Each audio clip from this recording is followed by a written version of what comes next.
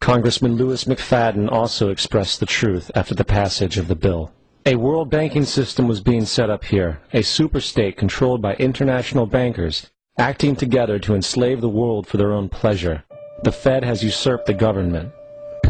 Now, the public was told that the Federal Reserve System was an economic stabilizer, and inflation and economic crises were a thing of the past.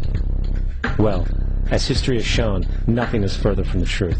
The fact is, the international bankers now had a streamlined machine to expand their personal ambitions. It's alive! It's alive! It's alive! For example, from 1914 to 1919, the Fed increased the money supply by nearly 100%, resulting in extensive loans to small banks and the public.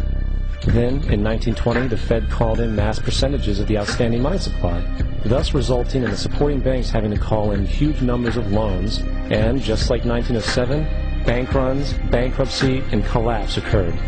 Over 5,400 competitive banks outside of the Federal Reserve System collapsed, further consolidating the monopoly of a small group of international bankers. Privy to this crime, Congressman Lindbergh stepped up and said in 1921, "Under the Federal Reserve Act, panics are scientifically created. The present panic is the first scientifically created one, worked out as we figure a mathematical equation." However, the panic of 1920 was just a warm-up. From 1921 to 1929, the Fed again increased the money supply, resulting once again in extensive loans to the public and banks. There was also a fairly new type of loan called a margin loan in the stock market. Very simply, the margin loan allowed an investor to put down only 10% of a stock's price, with the other 90% being loaned through the broker. In other words, a person could own $1,000 worth of stock with only $100 down. This method was very popular in the roaring 1920s, as everyone seemed to be making money in the market. However, there was a catch to this loan. It could be called in at any time and had to be paid within 24 hours. This is termed a margin call, and the typical result of a margin call is the selling of the stock purchased with the loan. So, a few months before October in 1929, J.D. Rockefeller, Bernard Baruch, and other insiders quietly exited the market, and on October 24, 1929, the New York financiers who furnished the margin loans started calling them in masse. This sparked an instantaneous, massive sell-off in the market, for everyone had to cover the margin loans. It then triggered mass bank runs for the same reason, in turn collapsing over 16,000 banks, enabling the conspiring international bankers to not only buy up rival banks at a discount, but to also buy up whole corporations at pennies on the dollar. It was the greatest robbery in American history. But that didn't stop there. Rather than expanding the money supply in order to recover from this economic collapse, the Fed actually contracted it, fueling one of the largest depressions in history. Once again outraged, Congressman Louis McFadden, a longtime opponent of the banking cartels, began bringing impeachment proceedings against the Federal Reserve Board, saying of the crash and depression, "It was a carefully contrived occurrence. International bankers sought to bring about a condition of despair so that they might emerge the rulers of us all." Not surprisingly, and after 2 previous assassination attempts, McFadden was poisoned at a banquet before he could push for the impeachment. Now, having reduced the society to squalor, the Federal Reserve bankers decided that the gold standard should be removed. In order to do this, they needed to acquire the remaining gold in the system. So, under the pretense of helping to end the Depression, came the 1933 gold seizure. Under the threat of imprisonment for 10 years, everyone in America was required to turn in all gold bullion to the Treasury, essentially robbing the public of what little wealth they had left. And at the end of 1933, the gold standard was abolished. If you look at a dollar bill from before 1933, it says it is redeemable in gold. You look at a dollar bill today, it says it is legal tender, which means it is backed by absolutely nothing. It is worthless paper. The only thing that gives our money value is how much of it is in circulation.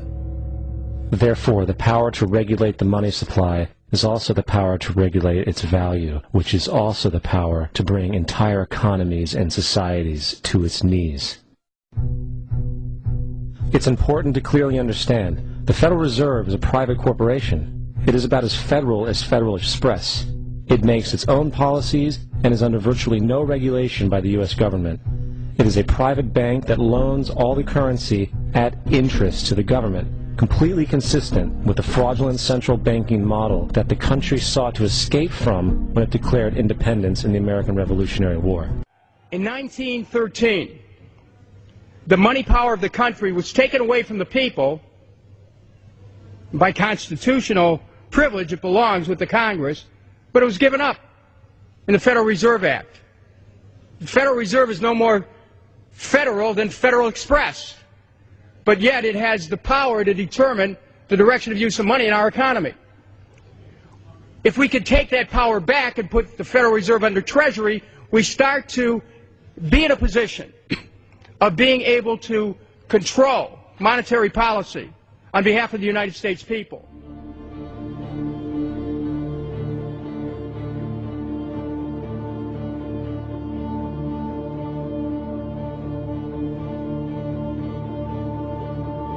What is the proper relationship, what should be the proper relationship between a chairman of the Fed and a president of the United States?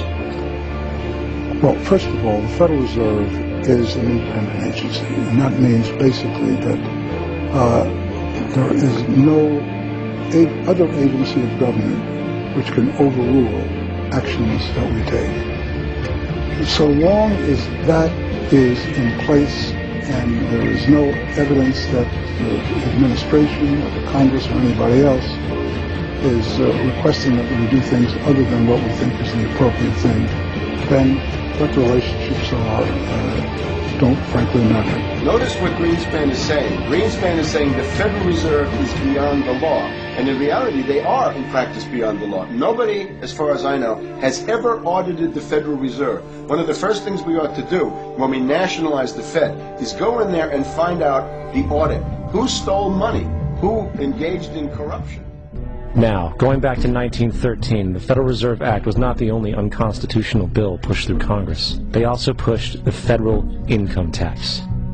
It's worthwhile to point out that the American public's ignorance towards the federal income tax is a testament to how dumbed down and oblivious the American population really is. First of all, the federal income tax is completely unconstitutional, as it is a direct, unapportioned tax. All direct taxes have to be apportioned to be legal based on the Constitution. Secondly, the required number of states in order to ratify the amendment to allow the income tax was never met, and this has even been cited in modern court cases.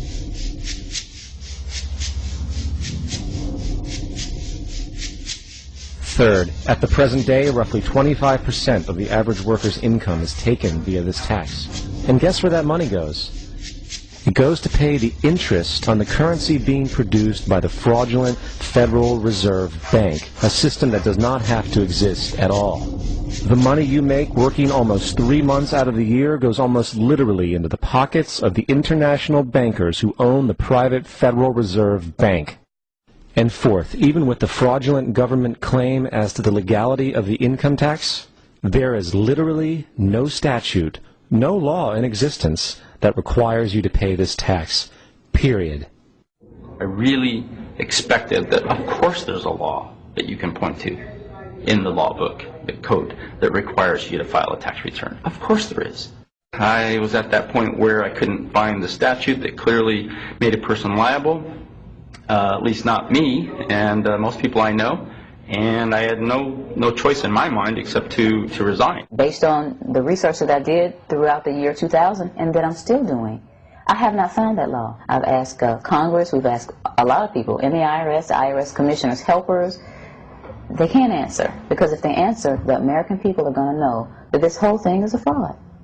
I haven't filed an federal income tax return since I left. I have not filed a tax return since 1999. The income tax is nothing less than the enslavement of the entire country.